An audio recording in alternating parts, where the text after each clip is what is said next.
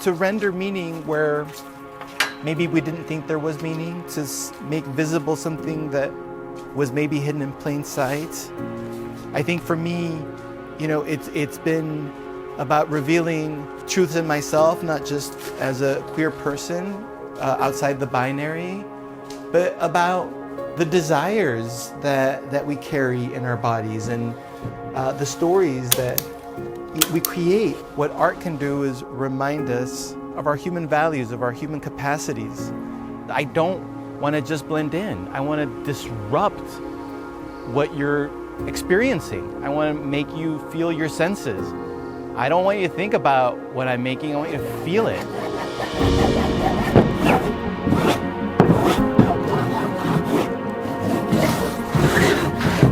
Being an artist, being Mexican, tied into the Latin diaspora is really beautiful. It's really deep, and I feel like I want to get to a point where I can't think of one face or one kind of person when I think of Latin people, Latinx people, Hispanic people. Like, I can't, there's no stereotype.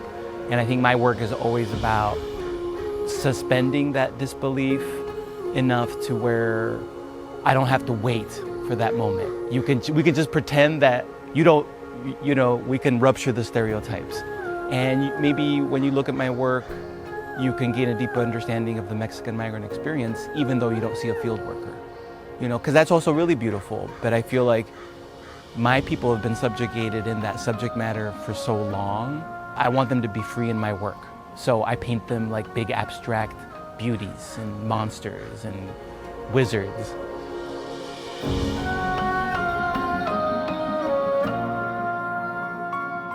My work isn't to exclude straight white men.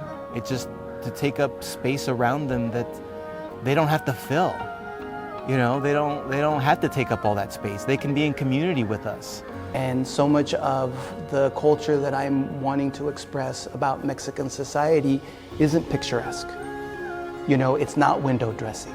It's not designed to appease a white supremacist heteronormative narrative of what capitalism or society is supposed to look like.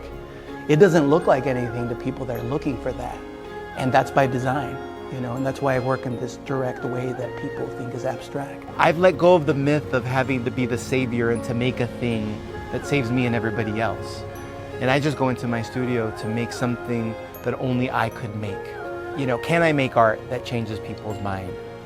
And I think over the years, I've come to the realization that I can't compete with terrorists, politicians, or celebrities. I can never keep up with them. And there's actually nothing I can do that will change the world, that will change your mind. You have to change your mind for yourself. My work can be part of that change story that you tell yourself, but you got to do that work. I'm always surprised by how much my works elicit from audiences' imaginations. And I think that's why work that engages and unpacks trauma is so valuable. There's a lot of trauma to unpack that we don't have to fear. So I have to make that work, and I have to tell those stories so that in the future people have an ancestor. We're caught in this fabric of words that create images, that create stories, that create expectations for how we live and die. And so for me, making a painting is the most powerful thing I can do because it opens up the stories that I can feel and think and share.